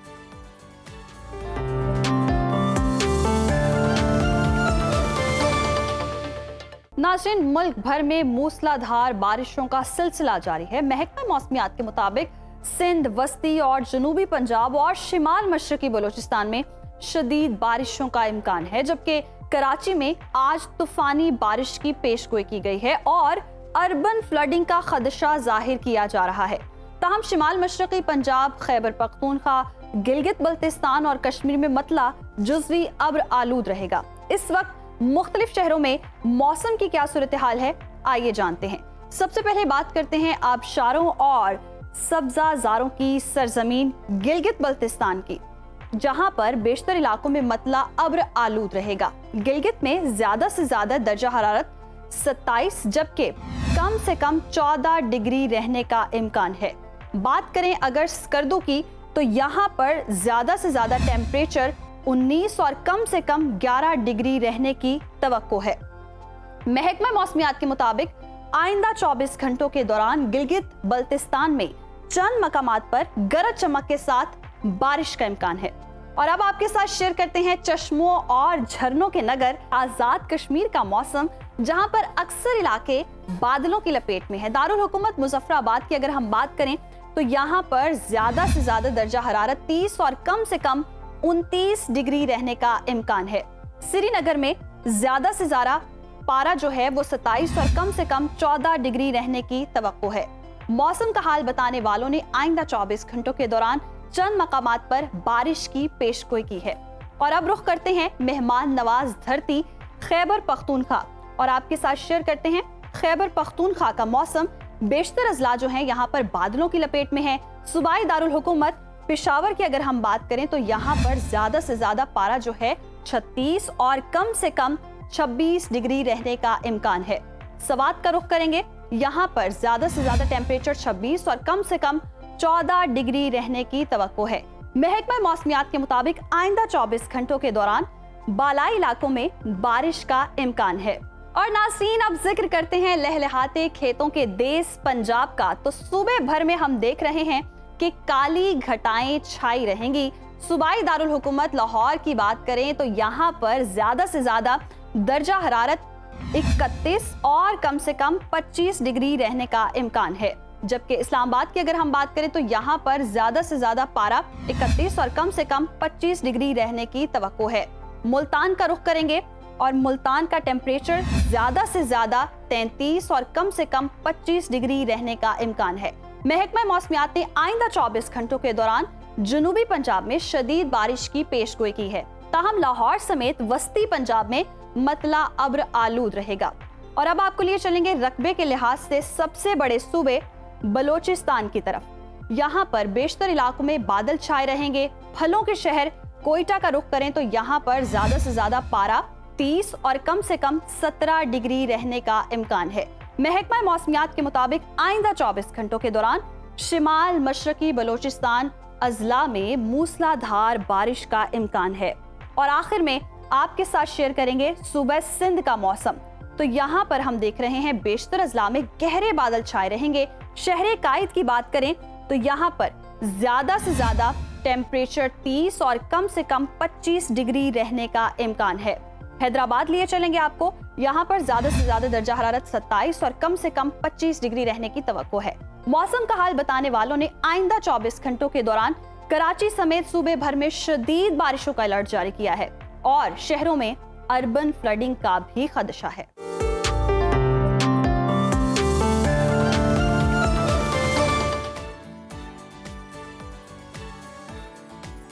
ये था नाज़रीन मौसम का हाल। आगे बढ़ते हैं और अब बात कर लेते हैं जी डिजिटल मीडिया पर होने वाले स्कैम की। और आप सब जानते हैं डिजिटल दौर है और सबसे बड़ा चैलेंज जो है वो ज़ाती मालूमात को महफूज रखना है। और पाकिस्तान में एक और बड़े डेटा लीक का इंकशाफ हुआ है। उज़ैर, आप भी वैसे चौकन्ने हो जाए, जिसने हर शहरी को परेशान। बड़े बड़े नहीं बचे तो फिर उज़ैर साहब किस खेत की है। तो नाज़रीन, खबर ये है कि मोबाइल फोन सिम कार्ड्स का डेटा लीक होकर ऑनलाइन फरोख्त किया जा रहा था। और ये इंकशाफ उस वक्त और भी ज्यादा संगीन हुआ जब बताया गया कि वज़ीर दाखिला मोहसिन नकवी समेत और भी लोग हैं जो इसमें महफूज नहीं रहे और डेटा जो है वो गूगल पर दस्तयाब भी था। और दस्तयाब तो है, आपको पता है कितने में दस्तयाब है? चलें आपको ये भी बता देते हैं, आप उससे ज़्यादा हैरान होंगे। तो जनाब, किसी भी शख्स की जो मोबाइल को लोकेशन है वो सिर्फ और सिर्फ महज 500 रुपए में, कॉल रिकॉर्ड्स 2000 रुपए में और बैरून मुल्क सफ़र करने की जो तफसीलात हैं वो सिर्फ 5000 रुपए में बासानी खरीदी जा सकती हैं। वज़ीर दाखिला मोहसिन नकवी ने मोबाइल फ़ोन सिम कार्ड्स के डेटा लीक होने की खबरों पर फौरी नोटिस लिया है और इस मामले की तहकीकात के लिए एक टीम भी तश्कील दी है जो 2 हफ्तों के अंदर इस पूरे मामले का जायजा लेगी और 14 दिन के अंदर अपनी रिपोर्ट पेश करेगी। और इससे पहले जी national cyber emergency response team ने भी खबरदार किया था कि 18 करोड़ से ज्यादा पाकिस्तानी इंटरनेट सारिफीन के पासवर्ड्स और लॉगिन तफसीलात जो हैं वो आलमी डेटा लीक का हिस्सा बन चुकी हैं। इसमें हम देख रहे हैं कि बैंकिंग इदारे, हुकूमती पोर्टल्स और सोशल मीडिया प्लेटफॉर्म्स और सेहत की सहूलियात जो फराहम करती हैं वो वाली वेबसाइट्स भी शामिल हैं। अब सवाल ये कि जब हुकूमती इदारे और बड़े प्लेटफॉर्म्स भी अपने रिकॉर्ड महफूज नहीं रख सके तो एक आम शहरी अपनी मालूमात की हिफाजत कैसे करेगा? ये कितना संगीन मामला और इसके मुमकिना असरात हो सकते हैं, क्योंकि ये बड़ा तशवीशनाक मामला है और इसको लेकर बहुत ज़्यादा लोगों में तशवीश भी पाई जाती है। और मुझे महम एक मुल्क के सरबरा याद आ गए जिन्होंने अभी रिसेंटली ये दावा किया, उन्होंने प्रेस कॉन्फ्रेंस पे अपना फ़ोन दिखाया मीडिया को कि ये चाइना का बना हुआ हुआवे का फ़ोन है जो कि सदर शी जिनपिंग ने मुझे गिफ्ट किया है और इसे दुनिया की कोई टेक्नोलॉजी हैक नहीं कर सकती। तो मेरा ख्याल है सदर शी से कोई रिक्वेस्ट हमें भी करनी चाहिए क्योंकि ये मामला बड़ा संगीन है। तो खैर, इस पर बात कर लेते हैं। Cyber security expert Safeena Aamir Baloch साहिबा ने हमें ज्वाइन किया। सफीना साहिबा, good morning and welcome to Suno Pakistan. आप बताइएगा, आपने इस तमाम सूरत हाल को एनालाइज किया होगा, आप क्या समझती हैं कि ये डाटा लीक कैसे हुआ और ये मामला कितना संगीन है? जो ये डाटा दस्तयाब है इतने सस्ते दामों, किन मकासद के लिए इस्तेमाल हो सकता है? Assalamualaikum ji, thank you so much for having me this morning. To answer your question, I think जो basic इसके अंदर मैं एक आपको alarming situation नौयत का जैसे अंदाजा करवा सकती हूँ, ये है कि it's just not a privacy issue, it is indeed a safety issue. अगर आपका personal data belonging to your live locations, to your travel details, to your SIM details, to your bank details, अगर normally किसी के पास भी available है, you can just imagine कि उसका किस किस तरीके से गलत इस्तेमाल किया जा सकता है, from kidnapping to extortion to harassment to you know all of the wondrous crimes that you can imagine. ये डेटा उन तमाम चीज़ों के लिए यूज़ किया जा सकता है। जब इलीगल डेटा इस तरीके से ब्लैक मार्केट में फ़रोख्त होता है तो trust me, there are no limits to the illegal usage and the misusage of that data. So to be very honest, I think it is a very alarming situation, and I think it's more about how we take responsibility of securing ourselves Safina instead साहिबा, of बिल्कुल just दुरुस्त waiting. फरमाया आपने, और ये कितना खतरनाक साबित भी हो सकता है और इससे क्राइम रेट भी और ज्यादा बढ़ सकता है, क्योंकि हम देख रहे हैं कि मुल्क में हर फर्द को तहफ़्फ़ुज़ देने के लिए बहुत ज्यादा इक़दाम किए जा रहे हैं, और दूसरी तरफ हम देख रहे हैं कि डेटा लीक हो रहा है और मोबाइल लोकेशन और कॉल रिकॉर्ड्स जो हैं वो खुलेआम फरोख्त भी हो रहे हैं। तो ये आम शहरियों के लिए इससे ज्यादा मजीद कितना बड़ा खतरा हो सकता है कि सिर्फ एक प्राइवेसी डिस्टर्ब नहीं है, बल्कि ओवरऑल हम देख रहे हैं कि क्राइम रेट भी बहुत ज्यादा बढ़ेगा। देखिए, मैं वही कह रही थी, the numbers that I'm looking at right now is that NADRA के पास से 2.7 million amounting to data जो है वो it has been compromised, which is not a small number at all. And again, to answer your question, जब illegal data आपके बारे में available होता है, anybody can use it in any way. तो मैंने जैसे beginning में बात की कि it is not a safety privacy issue, it is a national safety issue. You are stepping out and somebody can have your data in as bare minimum as 300-500 rupees, and they can track you, they can follow you, they can just, I mean, again, I've said कि there are no bounds to how this data can be misused. So again, it is how we take responsibility of securing ourselves. क्योंकि जब data out there available है black में और 300 और 500 रुपए के rates में, तो उसकी कोई लिमिट नहीं है कि उसको किस तरीके से जिसको नहीं भी चाहिए वो भी खरीदेगा सफीना साहिबा, शौक में ही चेक करने के लिए। ये भी सफीना, हम आपकी मौजूदगी का फायदा उठा के जानना ये चाहेंगे कि ये हैक किया जाता है सिस्टम को, या फिर ये सिस्टम के अंदर कोई मोल होता है जिसके जरिए ये डाटा लीक किया जाता है, और क्या जिस तरह से आपने पहले भी बताया कि अगवा किया जा सकता है, हैरेसमेंट के वाक़यात पेश आ सकते हैं, क्या आपके जो पासवर्ड्स हैं वो हासिल करके बैंक अकाउंट्स तक रसाई हासिल की जा सकती है? देखिए, to answer your first question again के देयर आर नो लिमिट्स। आप जो है इसको किसी भी तरीके से अगर आप स्टेप आउट कर रहे हैं तो इसका misuse somebody who wants to it could be anything again. और जहाँ तक बात है कि ये how does it get out, it's both, it's insider weakness and it's outsider leverage as well. क्योंकि insider employee trading बहुत common phenomena है। अगर आपके protocols internally weak हैं, अगर आपके पास you do not have a sound infrastructure to protect your data, वो again insider trading is very very common, trust me. यानी कि सफीना साहिबा, हम ये कह सकते हैं, ये कहना गलत नहीं होगा कि किसी भी तरह की वर्स्ट सिचुएशन सोची जा सकती है, कि कुछ भी पॉसिबल हो सकता है इस सारी सूरत में। That is true. I wouldn't disagree to that at all, क्योंकि बेसिक चीजें जो हम इसमें कर सकते हैं, A, just rotate your passwords, B, set out your port pins to protect your SIMs from being hijacking, C, just protect your avoid uploading your CNIC to any random website, जो हम as normal citizen अपनी every जो common man implement कर सकता है practice to secure themselves. But this misuse has no limits. अच्छा सफीना साहिबा, एक ये थोड़ा सा गाइड कीजिएगा, जिस तरह से पासवर्ड्स वगैरह तो लीक होना एक समथिंग एल्स, लेकिन ये सिम कार्ड्स के थ्रू कैसे डेटा लीक हो रहा है, ये कैसे पॉसिबल है? देखिए, फॉर द लॉन्गेस्ट टाइम, बहुत पहले कुछ हमारे टेलीकम्युनिकेशन के बिग नेम्स थे जिनका जो है डेटा इस तरीके से रिलीज हुआ था, and literally I had people from my industry carrying that data in their phone. तो it comes down to that कि एक नॉर्मल इंसान भी वो डेटा अपने फ़ोन में लेके जो है वो घूम सकता है। टेलीकम्युनिकेशंस के थ्रू डेटा लीक होना is the most easiest and most random things, and this has not the first time that it has happen in Pakistan. Pakistan में ऐसे बहुत सारे वाक़यात पहले भी हो चुके हैं, और इसी तरीके से डिफरेंट कमिटीज़ और साइबर रिस्पॉन्स टीम्स भी फॉर्म की गई थी to address this, which has of course proven not to be enough, क्योंकि इस तरीके के वाक़यात टाइम सफीना साहिबा, इसे यूं कहा जा सकता है कि मतलब आसान लफ्जों में लोगों के समझने के लिए, कि पहले लोग जिस तरह से सिम का डेटा हासिल किया करते थे, किसके नाम पर है, पैसे दे के कुछ दे दिला के, ये अब उसकी मॉडर्न फॉर्म हो गई है और ज्यादा वर्स्ट है ये। I wouldn't disagree to that. That is correct. You are right to say that. अच्छा सफीना साहिबा, आपने बताया कि शहरियों को क्या करना चाहिए, ये तो आपने बता दिया कि कौन से इक़दाम उन्हें करने चाहिए।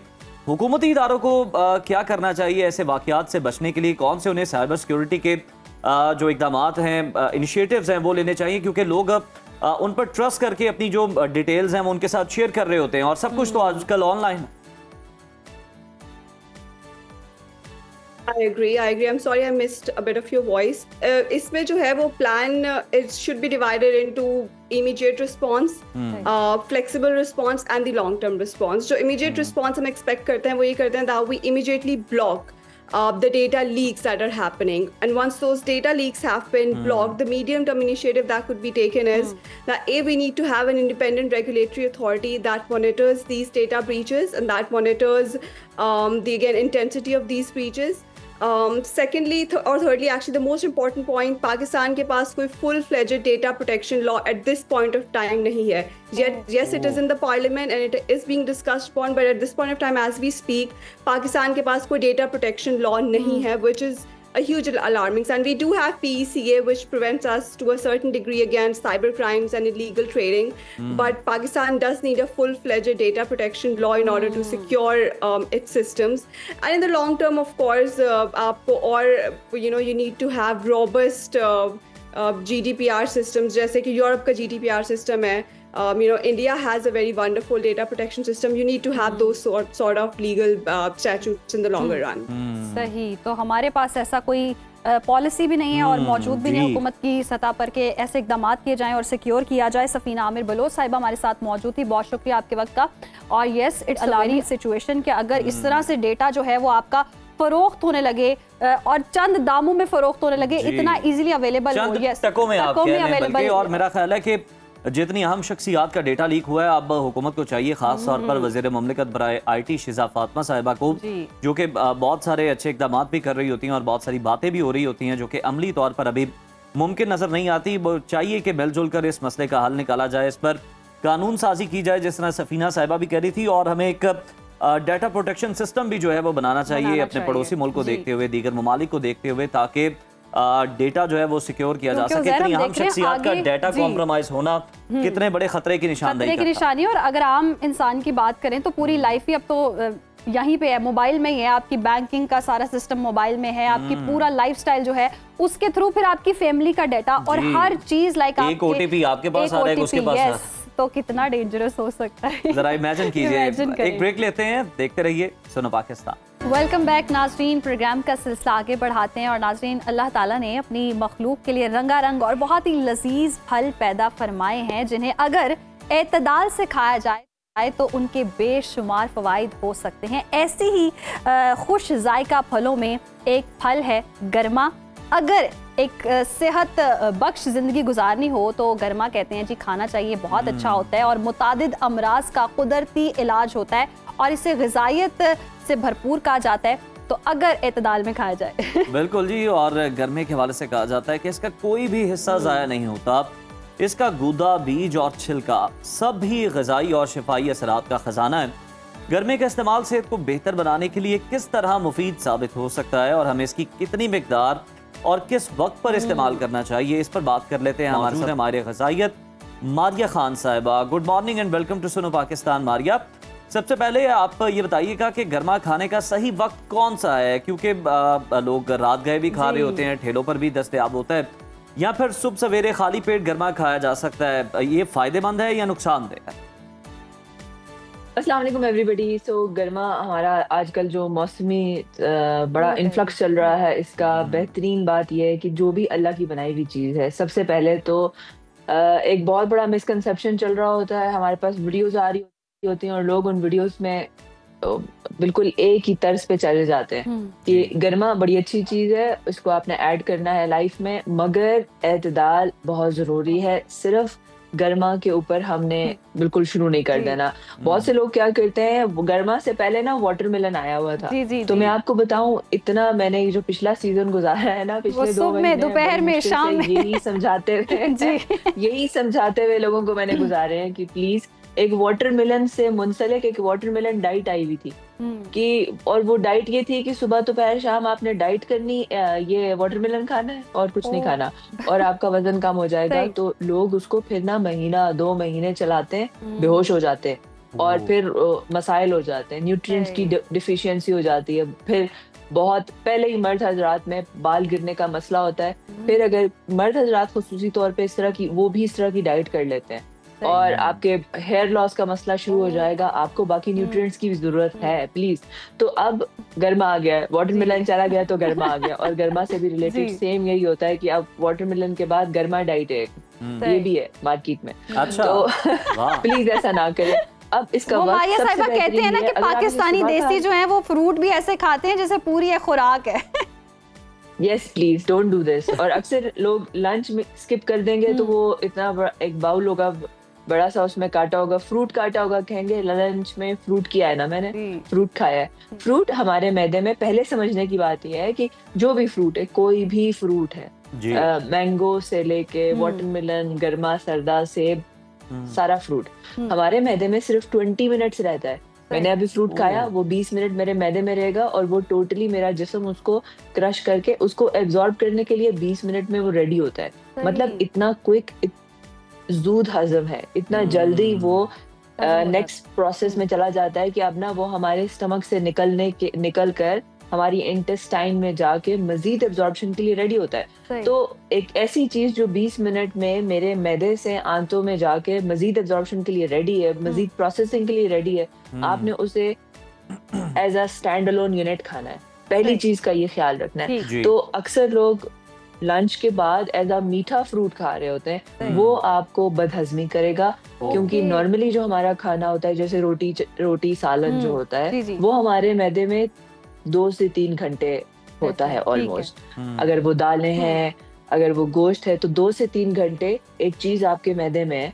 उसके ऊपर जब आप फ्रूट खाते हैं, इससे खसूसी तौर पे इज्तनाब करें। अक्सर लोग उसके बाद ऊपर फ्रूट खा लेते हैं, वो फ्रूट जो 20 मिनट में डाइजेस्ट हो जाता है, एब्जॉर्ब हो जाता है, और अब आपने उसको मिक्स कर दिया एक ऐसी चीज के साथ जो 3 आवर्स आपके स्टमक में। अच्छा मारिया, जरा ये भी बताइएगा कि गर्मे का इस्तेमाल डायबिटीज के, हाई ब्लड प्रेशर के पेशेंट ले सकते हैं, और मजीद जरा अगर हम इसको तफसीलन डिस्कस कर लें तो कौन से लोग हैं जो कि मुख्तलिफ बीमारियों में मुब्तला है वो इसको ले सकते हैं, और किनको इसका इस्तेमाल नहीं करना चाहिए? सब लोग, ब्लड प्रेशर, डायबिटीज, सब लोग फ्रूट खा सकते हैं, गर्मे का इस्तेमाल कर सकते हैं खुसूसी तौर पे। देखिए गर्मा ज्यादा ऑलमोस्ट 90% जो है ना पानी है, और फिर उसके बाद इलेक्ट्रोलाइट्स हैं, तो हाइड्रेशन के लिए बड़ा अच्छा है, स्किन हेल्थ के लिए बड़ा अच्छा है। खवातीन, फीमेल्स जो पर्टिकुलरली खुसूसी तौर पे ना स्किन हेल्थ के ऊपर, स्किन केयर के ऊपर बड़ा पैसा लगाते हैं, मैं सबको कहती हूँ प्लीज खाएं, अपनी स्किन केयर को खाएं। अच्छा हेल्दी चीजें, अल्लाह की बनाई हुई चीजें जब आप खाएंगे तो बड़ा फायदा हो आपको, मगर एतदाल जरूरी है। अब सुबह गर्मा, दोपहर गर्मा, रात गर्मा, ऐसे नहीं होना चाहिए। डायबिटीज के पेशेंट्स भी फ्रूट खा सकते हैं, मगर लिमिटेड मिकदार में। अच्छा मारिया साहिबा, जिस तरह से आप तरबूज की भी बात करी थी, क्या गर्मे के साथ भी कोई बीमारी जुड़ सकती है जो कि इंसानी गलती की वजह से होती है? जैसे कुछ माहिरीन ये कहते हैं कि आप जो कट लगवा के लाते हैं तरबूज को या किसी फल को, अब गर्मा भी उसमें शुमार होता है कि वो उनकी जो छुरी होती है वो बहुत ज्यादा गंदी होती है, वो एक से ही कई काट रहे होते हैं और उसको जमीन पर उन्होंने रखा होता है, तो उससे हेपेटाइटिस और दीगर बीमारियां जो हैं वो भी फैलती। एब्सोल्युटली। अगर आप सोचें उसने कभी वो छुरी है, अब बाहर से तो ये कट लगा हुआ, और बाहर की चीजों के साथ वैसे ही हमें बड़ा एहतियात करना चाहिए, प्लीज इस्तेमाल नहीं करनी चाहिए कट। आपने देखा, सोचने की बात है ना कि वो इतना ज्यादा इन्फेस्टेशन प्रोन होता है। अल्लाह ने ना हर चीज बड़ी हिकमत से बनाई है। तो ये आपने जो बात की है, बीमारियां लगती हैं क्यों, एक इतना हार्ड शेल है। वाटरमेलन भी हम देख लें, उसके बाद गर्मा के ऊपर इतना सख्त वाला, बड़ा सख्त होता है वो शेल, उसको अगर आप वो क्रश नहीं होता, ये बिल्कुल टमाटर की तरह नहीं है या ब्लूबेरीज की तरह नहीं है। क्यों? क्योंकि वो इन्फेस्ट हो सकता है विद बैक्टीरिया। तो अब अगर उसको नॉर्मली आपको पूरा लाके ना घर में लाके उसे पानी से धो भी लेना चाहिए। अक्सर बीमार जो हम हो जाते हैं वो इस वजह से होते हैं। वो जो छुरी है उन साहब ने अगर नहीं धोई, उसमें से चूहा भी उसको जाके उसके ऊपर से चीजें खा रहा है या उसमें मक्खियां भी बैठ रही हैं। मारिया साहिबा, लास्टली हमने मिकदार की तो बात कर ली, कितनी क्वांटिटी में खाना चाहिए, टाइम क्या होना चाहिए? क्योंकि बास टाइम रात में भी भूख लगती है, स्नैकिंग के लिए भी फ्रूट्स खाना शुरू कर देते हैं, तो वो बस टाइम बता दें प्लीज। अपना ब्रेकफास्ट के अंदर ऐड करें, जितना आप सुबह के वक्त ना आप ब्रेकफास्ट के अंदर अल्लाह का बनाया हुआ मीठा आप ऐड करेंगे ना, तो ये आपको बाद में इंसान के दिन में आपको मीठे की क्रेविंग, केक, कुकीज, बिस्किट्स की। जो लोग डायबिटीज के पेशेंट मेरे पास इतने हैं, वो कहते हैं हमें डॉक्टर्स ने या किसी न्यूट्रिशनिस्ट ने फ्रूट खाने से मना किया है, और हमें क्रेविंग होती है मारिया, और फिर क्रेविंग होती है तो आप क्या करते हैं, हम बिस्किट खा लेते हैं मारिया, चाय के साथ केक खा लेते हैं। तो वो जो चाय केक आप खाते हैं उससे बहुत बेहतर है कि आप अल्लाह का बनाया हुआ शुगर आप ऐड करें। तो अपने नाश्ते में जी गर्मा खाना चाहिए। मारिया खान साहिबा हमारे साथ मौजूद थी और बहुत ही मजेदार और दिलचस्प मशवरे भी हमें दे रही थी कि हमें गर्मा जो है वो रात के वक्त नहीं खाना और इतनी क्वांटिटी से नहीं खाना। अच्छे दिए, लेकिन जाते जाते मुझे सोच भी दे गई, अगर कट नहीं लगवाएंगे तो पता कैसे चलेगा मीठा है या एग्जैक्टली वैसे ये सोचने की बात, लेकिन देखिए वो फिर नुकसान हो जाएगा। खरबूजा, तरबूज और गर्मा ये नसीब से मिठास मिलती है। ये मिठास जो है वो नसीब की है, लेकिन आपने इतदाल में खाना है, ज्यादा नहीं खाना। वो कहते हैं ना excess of everything is bad. तो आपने जी सुबह के वक्त नाश्ते में इस गर्मे का इस्तेमाल करना आपके लिए बेहतर होगा। और अगर हम गर्मे की बात कर रहे हैं तो हम प्राइसेस की भी बात कर लेते हैं, क्योंकि सैलाब की तबाहकारियों के बाद हम देख रहे हैं कि हर चीज बहुत महंगी होगी। और लाहौर में अगर सब्जियों का जिक्र कर ले, आलू जो है वो 85 और टमाटर 140 रुपए किलो फरोख्त हो रहा है। गोभी मेरा ख्याल है 60-70 रुपए पहले। आज गोभी महंगी हो गई, आज गोभी सस्ती नहीं है, 120 रुपए। और अंगूर भी बताएंगे, फ्रूट्स भी आपको बताएंगे, लेकिन गोभी और टमाटर और आलू अगर हम देख रहे हैं तो ये तो बहुत ज्यादा महंगे हो चुके हैं। और यस, आप टमाटरों का कुछ बना सकते हैं। डबल हो गई हैं, ऑलमोस्ट डबल हो गई हैं। आलू देखे ना 85, यही कुछ 35-40 रुपए दस्तयाब हुआ करते थे। खैर दूसरी तरफ अगर हम फलों की कीमत पर नजर डालें तो जनाब अंगूर जो है वो 295 रुपए में दस्तयाब है। आड़ू जो है वो जनाब 310 रुपए में दस्तयाब है, जो कि खासा महंगा। आड़ू नहीं सस्ता, आड़ू जब से आप पढ़ रहे हो 310, 340 ये बहुत ज्यादा महंगे हैं और यकीनन आवाम की पहुंच से दूर है। लेकिन वो ये भी कहते हैं ना जनाब, ये सवाती आड़ू है, ये सवात से आता है, दूर से आता है, कैरेज भी पड़ता है, लेकिन एक बात है कि सवाता बड़ा मीठा। लेकिन चले आप गर्मे पे गुजारा करें, हम गर्मे का जिक्र कर रहे थे तो गर्मा ही खा लें। और सब्जियों में आप आलू पका लें आज, क्योंकि गोभी भी आज पहुंच से दूर हो चुकी है। तो मैंने आपको मेन्यू बता दी है और मेन्यू बताकर मैं ब्रेक पर जा रही हूँ और मैं भी अपना कोई मेन्यू सोचती हूँ। तो हमें अभी थोड़ी सी बस शॉर्ट ब्रेक पर जाना है। Stay with us. Welcome back नाज़रीन। और अब प्रोग्राम में एक बहुत ही अपनी ही नौयत का मुनफरिद अंदाज का एक वाकया है जो शामिल कर लेते हैं जी। लाहौर में ये वाकया पेश आया है, पुरअसरार अगवा का वाकया है, जिसमें एक खातून जो है वो इल्ज़ाम आयद करती है कि जी उसकी बेटी अगवा की गई और जिन्नात ने अगवा किया और उसके बाद वो खातून लापता है। और दावा ये किया जा रहा है पुलिस की जानिब से भी कि हम तफ्तीश कर रहे हैं, बाजियाब करवाने की कोशिश की जा रही है। लेकिन जो तफ्तीश पुलिस कर रही है उसका पोस्टमार्टम तो chief justice Lahore high court Aliya Neelum साहिबा ने किया है। ये तमाम तर मामला है कि इस पर जान लेते हैं। हमें ज्वाइन किया है मारूफ एस्ट्रोलॉजर M.A. शहजाद खान साहब, हमारे साथ स्टूडियोज पे मौजूद हैं। शहजाद साहब आपको खुशामदीद कहते हैं। शहजाद साहब, ये क्या मामला है कि जन्नात ने जो है वो 2 बच्चों की माँ को अगवा कर लिया, वो भी लाहौर में, ऐसा क्या मुमकिन नजर आता है? बिस्मिल्लाहिर्रहमानिर्रहीम, इन्नल्लाह यामुरु बिल अदली वल एहसान। बेटा सबसे पहले जिन्नात के हवाले से बात कर लूँ, थोड़ी सी मुख्तसर और जामा गुफ्तगू करूँगा। आदम अलैहिस्सलाम से पहले जिन्नात होते थे, नो डाउट, अभी भी हैं, नो डाउट। आदम से ज़्यादा जिन्नात है, नो डाउट। आदम अलैहिस्सलाम से पहले जिन्नात के पास हुकूमतें थीं, आसमानों पे भी अल्लाह पाक की जिम्मेदारियाँ, इसमें कोई शक नहीं। मुख्तलिफ इकसाम के जिन्नात है, अक्सर हम सुनते हैं 10 इकसाम के, हुर्रियत है, नस है, करीन है, मारूत है, बेशुमार जिन्नात सुने होंगे। मैंने एक और जिन देखा हुआ है, मैं तो अपनी गल करांगा ना, मैं तो 18 जिन देखा है। अच्छा, मरीज मुझे पता है, बेशुमार, मैंने बेशुमार निजी चैनल्स पे गुफ्तगू भी की। अच्छा, जिन होते कहाँ हैं? पाए कहाँ जाते हैं? पहाड़ों पे, रेगिस्तानों में, पानी में, ठीक है ना, मुख्तलिफ जगह है। इंसानों से दूर भागते, इंसानों से नफरत करते, ठीक है।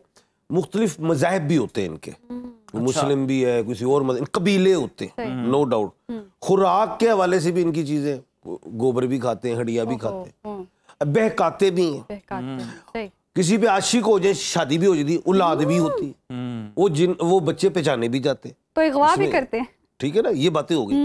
अब वाकया ये आ गया है कि 2019 में एक फौजिया नाम की बच्ची जो है वो गायब हो गई है, आज तक पता ही नहीं चला। उनकी जो वालदा है हमीदा, उन्होंने कहा मेरी बच्ची क्या है, ससुराल वालों ने कह दिया, जो सुना है गालबन का लफ्ज लूंगा जी, कि जी वो जिन्नात ले गए, जिन ले गया जी। अच्छा, कसूर में एक कोई है बंदा, उसका नाम उमर है, अच्छा, जिन का अच्छा, जिन का नाम उमर है? नहीं, जिन नहीं, कोई शख्स है ओके, उमर, उसके पास फौजिया की वालदा हमीदा जाया करती थी कि कोई इस बच्ची पे कोई असर है क्या है, कुछ भी इलाज के लिए जी। अच्छा, 2019 से लेके आज तक ये मुमा हल नहीं हुआ, वो बच्ची कहाँ गई? सही। तो ऑनरेबल जस्टिस साहबा जो है आलिया नीलम साहबा, उनके पास ये मामला है, तो उन्होंने फौरी नोटिस लिया इस बात का। उन्होंने आईजी पंजाब को सबको बुलाया और पूरी टीम हरकत में आ गई और 19 सितंबर तक जवाब चाहिए। ये बात है। अब एस्ट्रोलॉजी क्या कहती है? जी, आप कुछ पूछना चाहते हैं? यही मैं पूछना चाहता था कि एस्ट्रोलॉजी क्या कहती है। एस्ट्रोलॉजी इस नुक्ता नज़र से क्या रोशनी डालती है, इसको मानती है, तस्लीम करती है, ये मुमकिन है आज के दौर में ऐसा?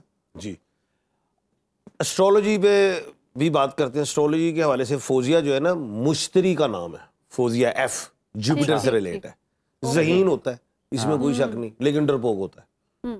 नंबर 1। हमीदा जो है वो मून से है, 16 शबनम बातों में आ जाने वाले। सही, ये बात है। दलेर और दबंग नहीं। उमर जिसको शामिल तफ्तीश कर लिया गया है मेरे ख्याल से, जी। दलेर होते हैं, कहानीगीर होते हैं, किसी को बातों में ले आने वाले लोग, ये चीजें लच्छेदार गुफ्तगू करने वाले। क्योंकि मैं इसको भी, नामों को भी बड़ा समझता हूँ, तो इसलिए मैं उसके हवाले से बात कर रहा हूँ।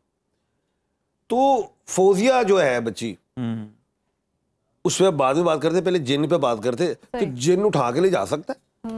ये सवाल ये, शादी तो कर लेता है जी। मैंने तो अक्सर कहा कि ऊपर रात को असर से मगरिब ना जाया करो छतों पे, बच्चियों को भी कहा है, दुपट्टे लो, जिन आशिक भी हो जाते हैं। और दूसरी बात है, असर से मगरिब इनके सफर होते हैं। ओके, क्या जिन उठा के ले जा सकता है? ये है वो बात, ये बात है, पॉइंट ये। हजरत मोहम्मद मुस्तफ़ा सल्लल्लाहु अलैहि वसल्लम, आपकी हदीस मुबारक है जिसका मफहूम है कि आप सल्लल्लाहु अलैहि वसल्लम ने सहाबा किराम को, कोई एक वाकया था कि जहां आप सल्लल्लाहु अलैहि वसल्लम ने फरमाया कि आपने अकेले नहीं जाना, सहाबा किराम को फरमाया। मैंने उलमा से ये बात सुनी है, तो बिल्कुल बात मान ली गई।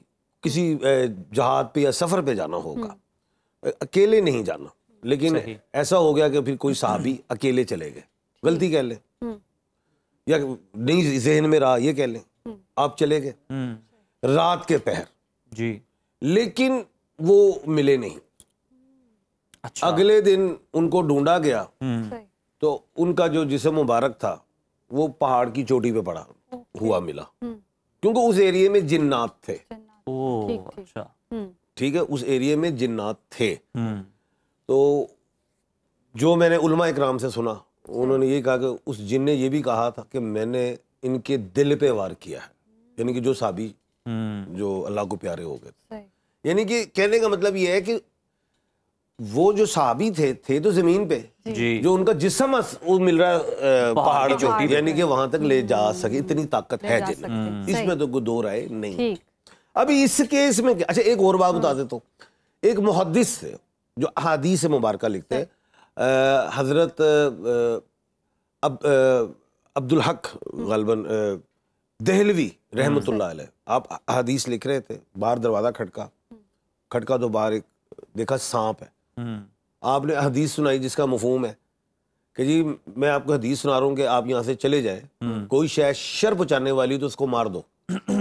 ठीक है, मैंने आपको हदीस सुना दी, वो नहीं गया, उसे सांप को मार दिया। फिर आप आगे दोबारा बैठ के हदीस लिखने लग पड़े। कुछ देर बाद फिर दरवाजा खड़का तो जिन्नात है उनको ले गए और उस जिन्नात की महफिल में उनको हाजिर किया गया और कहा कि आपने हमारा शहजादा मार दिया, जिन बेटा मार दिया, बच्चा मार दिया। उन्होंने कहा मैंने तो हदीस सुनाई थी। उन जिन्नात में से एक जिन जो बादशाह जिन था, उसने कहा हमें कैसे यकीन आएगा।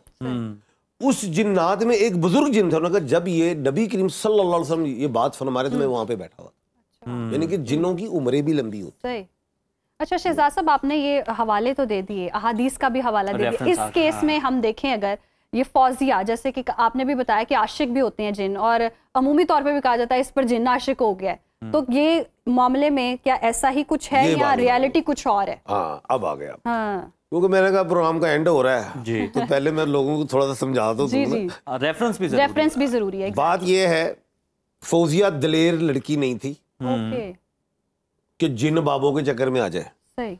वर्गलाया जा सकता है। अब वर्गलाया भी दो बातों से जा सकता है। दो बातें क्या हो सकती हैं? एक जी आपका हस्बैंड ठीक नहीं है, ये जी आपकी जिंदगी ऐसी होनी चाहिए, वैसी होनी चाहिए, यानी कि बच्ची को वर्गलाया भी जा सकता है। इसे नंबर 1। नंबर 2, फौजिया एक घर के हवाले से एक अच्छी बच्ची थी, एक यानी कि अच्छी डिसिप्लिन को कायम करना, फोर्स में रह के काम नहीं कर सकती थी। ससुराल वालों की कुछ सख्ती भी हो सकती, कुछ भी हो सकती। बच्ची अल्लाह करे जिंदा हो, जिन वाला मामला मेरी एस्ट्रोलॉजी, मेरी नंबरोलॉजी, मेरी पमिस्ट्री, नॉलेज ऑफ जफर में मुझे नजर नहीं आता। अच्छा, इसमें ये बच्ची अल्लाह ना करे, मैं ऐसी बात ही नहीं करना चाहता, या तो कत्ल होगी या कहीं सही जगह पे जिंदगी अच्छी गुजार रही, यानी कि वो बागी होकर भी जा सकती है। अच्छा, अभी इस केस की अगर हम बात कर लें तो इसके खानदान में भी किसी को कोई शामिल तफ्तीश किया गया है, या कोई पीर काम आमिल शामिल का भी वो होता है ना कि उमर को जो जिन है उसको शामिल तफ्तीश किया गया है, नो डाउट। और जो हमीदा हैं उनको भी पूछना चाहिए, जाहिर है मुद्दई वो है, ससुराल वालों को करना चाहिए, पूछना चाहिए। लेकिन मैं ये समझता हूँ कि ये जो ऑनरेबल जो जस्टिस साहिबा हैं उन्होंने जो कहा है 19 सितंबर तक ये बात चाहिए, रिजल्ट चाहिए, तो अल्लाह के हुक्म से मैं ये कहता हूँ ये रिजल्ट मिल जाएगा। और अब चाहे इसमें महीना लग जाए, ये जो गुद्दी है ना ये सुलझ जाए। अच्छा, ये बयान जो है सब लोग इस पे चौंके थे जब ये बयान सामने आया कि जन्नात ने अगवा किए। ये कोई जहनी को मसला है या कोई जहनी दबाव है जिसके अंदर इंसान ये बयान देता है, या फिर ये केस को ख़राब करने के लिए, उलझाने के लिए बयान दिया जाता है? देखिए, ये जो वाकया हुआ ना, ये काना का वाकया, और वो ऐसा एरिया है कि जहाँ को बहुत ज़्यादा पढ़े लिखे तो नहीं, सबको नहीं सॉरी कह रहा, कुछ यानी कि जी अब कहना भी चाहिए, पाकिस्तान में एजुकेशन की शरह क्या है आप बताएं ज़रा कितनी। अब श्रीलंका में मैं गया हूँ तो वहाँ पे 99% है, बांग्लादेश की हमसे ज्यादा हो चुकी है, तो खैर अब ऐसे एरिया है वहाँ पे। और पाकिस्तान तो दूसरे नंबर पर नहीं, अब तो हम पता नहीं कौन से नंबर पे और फिर नंबर भी छोड़े, और फिर वो जो क्राइटेरिया ना कि सिर्फ लिखना पढ़ना आता हो, वो भी उस पर भी सवाल आता है। तो वो काना का एरिया है जहाँ पे इस तरह की बातें। अब मेरे पास अक्सर फोन आते, मुझे पढ़े लिखे लोगों का फोन आता है इंटरनेशनली, और मुझे पढ़े लिखे बंदे को समझाने में मुझे 1 मिनट लगता है। जो लोग बेचारे पढ़े लिखे नहीं होते ना, उस पे कम से कम ये कह लेना कि 1 घंटा लग जाता है। अच्छा, इतना फर्क है। ये काने का इलाका है। अच्छा। वहाँ के लोग जरा कुछ पढ़े लिखे नहीं थे, मैं कुछ की बात कर रहा हूँ, तो वहाँ पे ये चीजें चलती हैं ऐसे इलाकों में, जिन बाबे टूने तस्बियां। लेकिन सवाल है कि इस तरह के वाकयात होते हैं क्या? माजी में इस तरह की मिसाल मिली? क्योंकि गालिबन मुझे कोई शहर का या कंट्री का नाम नहीं याद आ रहा, वहाँ ऐसे हुआ था कि जी बकरी ने चोरी की और वो बकरी अदालत में पेश हुई थी। वो यही बात है कि बस केस को उलझाने के लिए इस तरह की सूरत हाल बना दी जाती, तो होते हैं इस तरह के कोई वाकयात। ये केस तो 100% उलझाने वाला है, सही उलझाने वाला। बाकी जिन्नात शक्लें चेंज कर लेते हैं, सांप भी बन जाते हैं, ये बात ध्यान में रखिएगा। जिन्नात जो है चीजें चोरी कर लेते हैं, इसमें कोई शक नहीं है, ठीक है। नेक जिन भी होते हैं। अब मेरे घर में ऐसे वाकयात होते हैं, मुझे खोलनी पड़ गई बात कि मैं कुरान अगर पढ़ के रखता हूँ तो 2-3 घंटे बाद वो नहीं होता है जी। अच्छा, उसके बाद फिर वो कुरान वहाँ में पढ़ा होता है, वो पढ़ते भी हैं, नेक जिन्नात भी होते हैं। मैं तबलीग में भी क्यों, मेरे साथ यूसुफ जिन था, मेरे साथ तबलीग में था, अभी भी है, मौजूद है। बस बातें शहजाद साहब, ये जो बातें आपके पास ना बहुत ज्यादा है, और इसके लिए वक्त कम है। आज तो हम सिर्फ एक स्पेसिफिक, लेकिन इस बात में बता दूं ये जिन वाला वाकया नहीं, बिल्कुल यही क्लैरिटी आ गई कि ये जिन वाला वाकया है। और नजर मैं खुल के बात कर रहा हूँ, बेशुमार लोग ऐसे होंगे जो जिन्नात देख लेते हैं, उनको भी समझ है जिन्नात वाला वाकया, ये जिन्नात वाला वाकया नहीं, ये कहानी जो है वो घड़ी के केस को उलझाने के लिए। इंशाल्लाह शहजाद साहब, पहले तो आपका बहुत शुक्रिया शो में शिरकत करने के लिए। अगले हफ्ते हम जनाब जो आपका एक्सपीरियंस है, जो जिन्नात आपने देख रखे हैं और क्या रेफरेंसेस हैं, वो हम आपके साथ डिस्कस करेंगे, आपको दोबारा ज़हमत देंगे। बहुत शुक्रिया। तो नाज़रीन, ये था हमारा आज का प्रोग्राम, उम्मीद आपको पसंद आया होगा। इजाजत दीजिए, कल दोबारा मिलेंगे। अल्लाह हाफ़िज़।